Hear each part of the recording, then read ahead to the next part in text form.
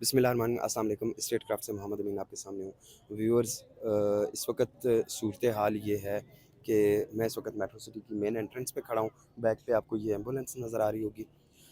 एक बड़ा दिलखराश किस्म का वाक़या पेश आया कि यहाँ पे गुजर खान में जो मेट्रो सिटी के साथ नाला है, जो बाद में मेट्रो कैनाल में कन्वर्ट हो जाता है, इस नाले के ऊपर कुछ लड़के नहा रहे थे और मेट्रो सिटी का जो दस्तरखान है, जो गेट के बिल्कुल साथ है जीटी रोड पे, उस दस्तरखान के करीब एक लड़का खाना खा के वहाँ से बाहर निकला है या वहाँ से घूमता हुआ बाहर निकला है। तो उसने क्या किया है कि उसने भी दरिया में छलांग लगा दी, नाले में, कि वो भी नहाने के लिए जो है ना वो आगे चल पड़ा है। उसके बाद फिर दोपहर से लेके ऑनवर्ड अभी तक उसकी डेड बॉडी को ढूंढा जा रहा है। 1122 भी अपनी तरफ तौर पे कोशिश कर चुकी है। मेट्रो सिटी के ऑफिशियल्स ने भी बहुत सपोर्ट किया। उन्होंने भी बहुत जगहों पे रस्से डाल के या what ever the resources were available, उन्होंने भी सब ने कोशिश की कि किसी तरह से उसको ढूंढा जा सके। दोपहर का ये वाक़या है और अभी मगरिब तक इस बॉडी का अभी तक कहीं से किसी को पता नहीं चल सका।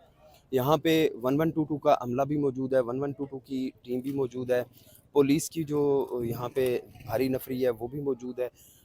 यहाँ पे आप देख सकते हैं कि काफ़ी तादाद में लोग आए हुए हैं, बट मुझे एक बात नहीं समझ आती कि घरों से जब बच्चे निकलते हैं तो उस वक़्त पेरेंट्स क्यों नहीं उनको नज़र रखते? पहली बात। दूसरी बात ये कि इतना फ़हम व शऊर हर बंदे में है कि इस वक़्त सावन चल रहा है, शदीद बारिशें हो रही हैं और बरसाती नालों में एकदम से बारिश का पानी आता है। तो अब इसमें कुदरत के आगे कोई भी बंदा नहीं खड़ा हो सकता।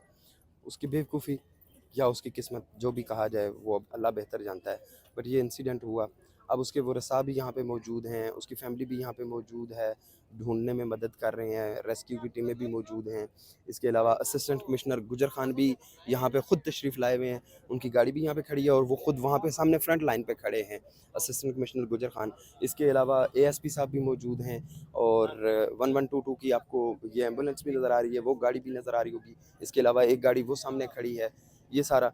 और यहाँ पे आप लोगों को देखें तो लोगों को देख के ऐसे लगता है जैसे ये वो लोग यहाँ पे कोई तमाशा देखने के लिए आए हुए हैं। इतने लोग मदद करने वाले नहीं होते जितने इन जो रेस्क्यू के कामों में रुकावट डालने वाले आ जाते हैं।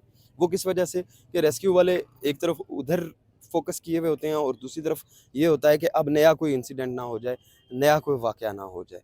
तो बस अल्लाह माफ़ करे, बस एक वाक़या था बड़ा दिल ख़राश किस्म का। पेरेंट्स के लिए क्या होगा अब आगे, उसका किसी को नहीं पता। लोग इस वाक़या को कभी मेट्रो के साथ जोड़ेंगे, कभी इंतज़ामिया पे डालेंगे, कभी ज़िली इंतज़ामिया पे डालेंगे, कभी गवर्नमेंट पे डालेंगे कि जी उन्होंने कुछ नहीं किया, उन्होंने कोई फ़लाने जो लोग हैं उन्होंने अपनी कोशिश नहीं की। लेकिन इस चीज़ की तरफ कोई नहीं आएगा कि अपने बच्चों को ही मना करना चाहिए। और अल्लाह ताला माफ़ करे। वीडियो बनाने का मकसद सिर्फ़ और सिर्फ ये था कि ये आपको बताया जा सके कि यहाँ पे जो ये वाक़या हुआ है इसका मेट्रो से कोई लेना देना नहीं था। ये बाहर था मेट्रो से, जो चूँकि वो नाला बहता हुआ मेट्रो के अंदर से गुज़रता हुआ जाता है, तो इस वजह से इसको मेट्रो के साथ कोरिलेट किया जा रहा है। Viewers, again I will request कि अपने-अपने बच्चों को अपने-अपने बच्चों पे नज़र रखें और कोशिश करें कि इस मौसम में, इन हालात में आपके बच्चे कंट्रोल में रहें। शुक्रिया। अल्लाह हाफ़िज़।